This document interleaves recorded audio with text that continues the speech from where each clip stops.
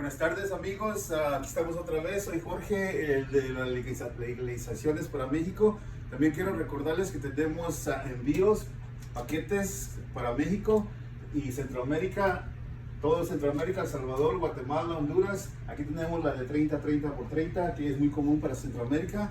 Y tenemos la de 18-18 por 24, muy común para México. Y también la de 24-24 por 24.